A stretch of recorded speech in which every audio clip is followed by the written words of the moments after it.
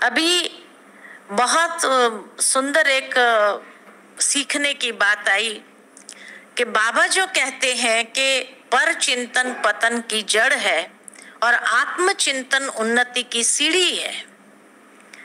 तो कैसे पर चिंतन पतन की जड़ है? तो कहा कि एक बहन थी और एक दो माताएं थी, शायद दो माताएं रोज जाती थी।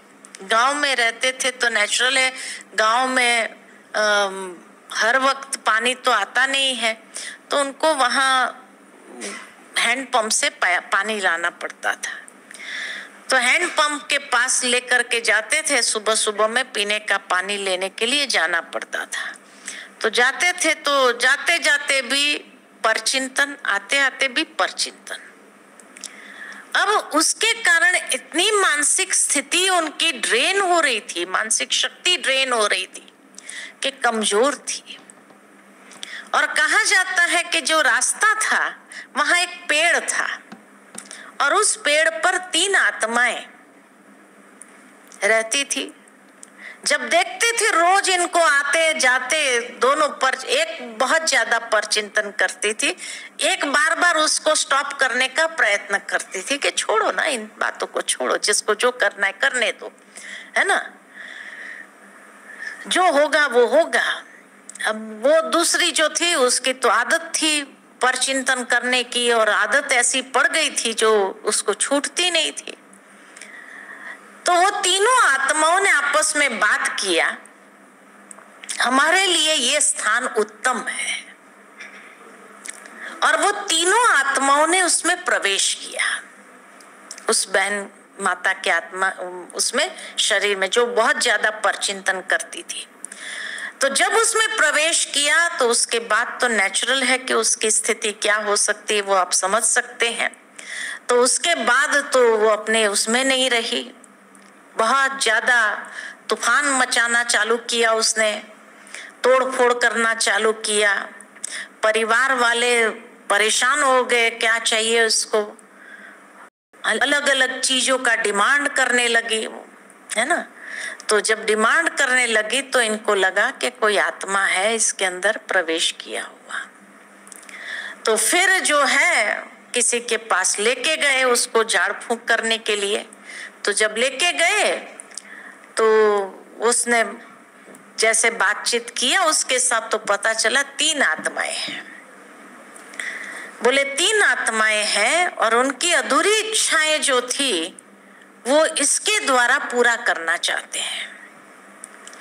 तो क्या अधूरी इच्छा है? कहा कि तब तक हम निकलेंगे नहीं जब तक हमारी इच्छाएं पूरी नहीं होंगी।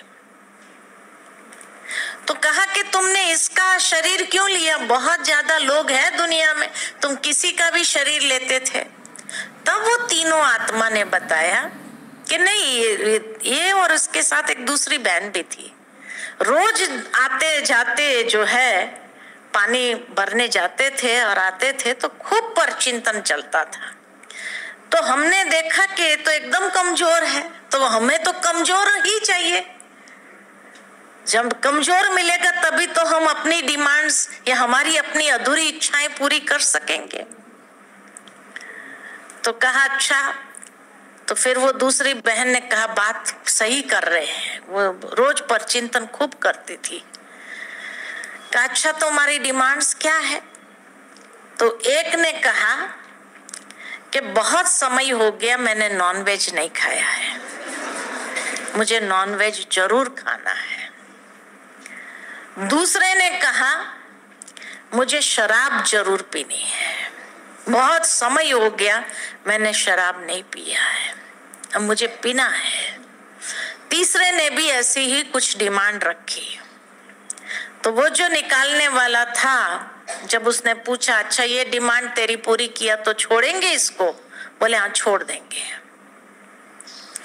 तो जब कहा छोड़ देंगे तो फिर इन्होंने कहा इनके रिश्तेदारों को कि भाई उसको खिलाना पड़ेगा तभी छोड़ेंगे ये आत्माएं।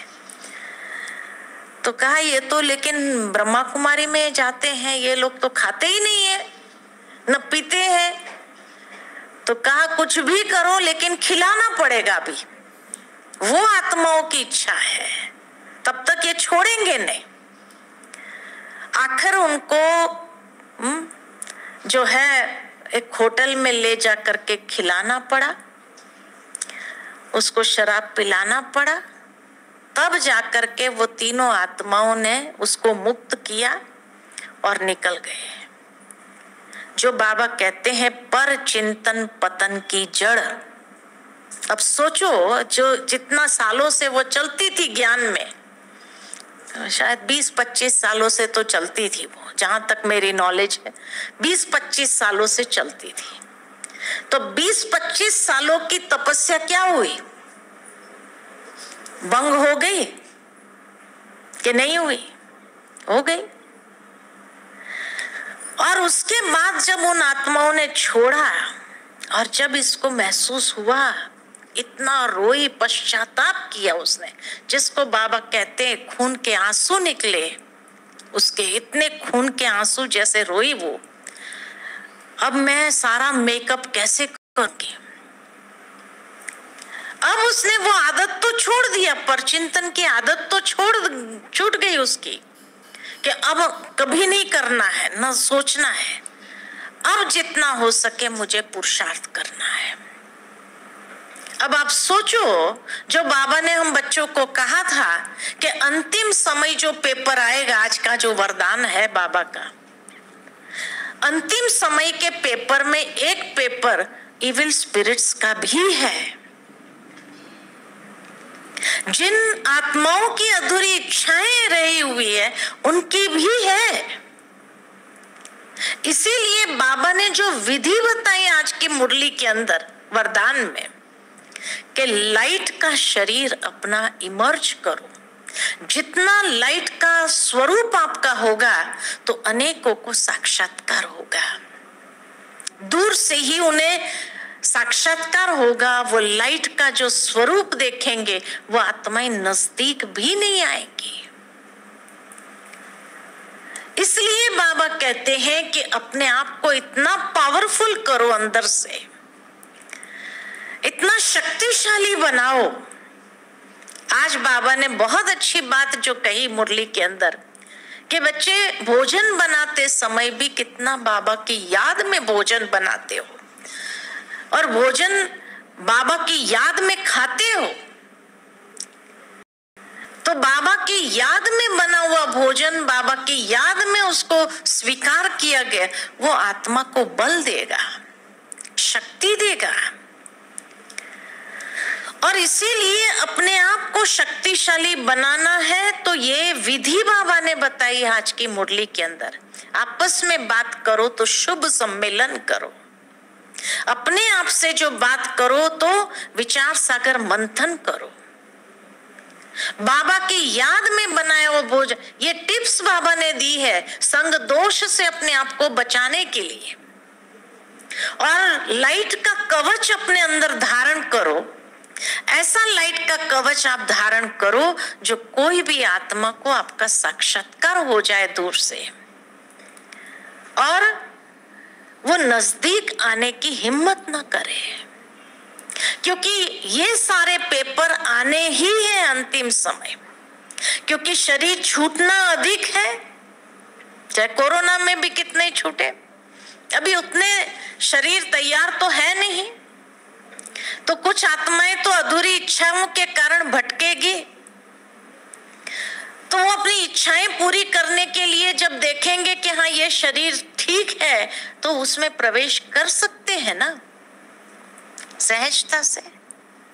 इसलिए बाबा जो कहते हैं आत्मचिंतन उन्नति की सीढ़ी है और पर चिंतन पतन की जड़ है।